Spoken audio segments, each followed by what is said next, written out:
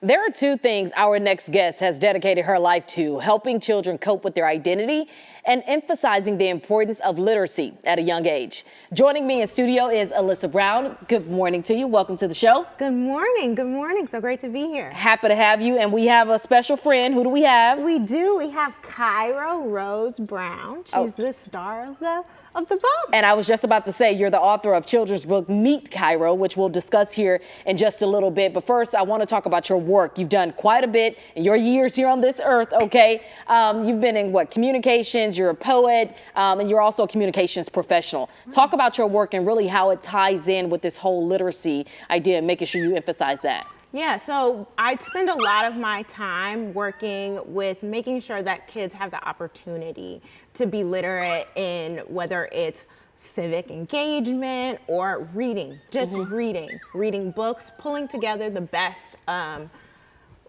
pieces of that puzzle, correct? So one of the things that I've done lately is we've launched our writing challenge. So we're encouraging young authors under the age of 13 just to write out a story starring Cairo, take her on an adventure. And I think challenges like this, you know, rather than Tide Pod challenges or anything like that, give students the ability to really connect and find a character that they like and then take them on their way.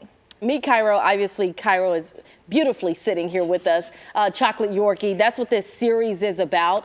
But importantly, how does this series aim to teach Black and brown kids about self-acceptance? Yeah, so one of I think the best lines in the entire book are, "You are beautiful and wonderfully made," right? And I think the whole point of the book is Cairo is trying to learn that.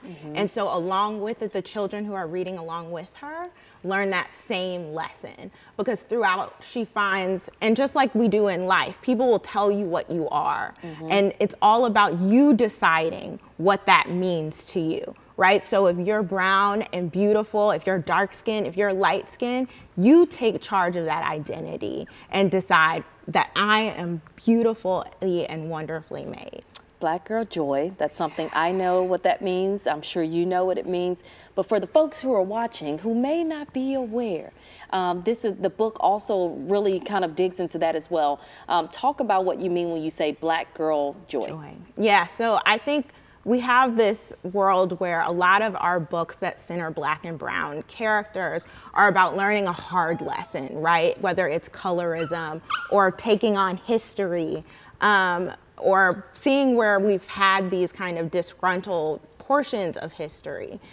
This book in this series, as long as all of my work wants to center the joy, how joy is a resistance, right? Joy, being happy and enjoying your time on this earth, just taking an adventure, taking a trip to the park like Cairo did, using your imagination, all of that is crucial to being and living your full identity, right? When you are just focused on the negative, right, you don't get to live your whole full existence. So that's really what the book is about. It's about front and center joy, adventure, engagement, and empowerment. Cairo says, look, I'm going to be heard. You brought me in here. I am going to be heard in this studio. Definitely. We are definitely talking about you, and I know Cairo hears us say her name. Yeah. So how can people find and support you? Okay, so you can definitely join the writing challenge. Join Cairo's crew. You can find her on www.catchcairo. Okay. She's also always up to antics on Instagram under Cairo the Coco Yorkie. If you just need a laugh, a face that will make you smile in the middle of the day,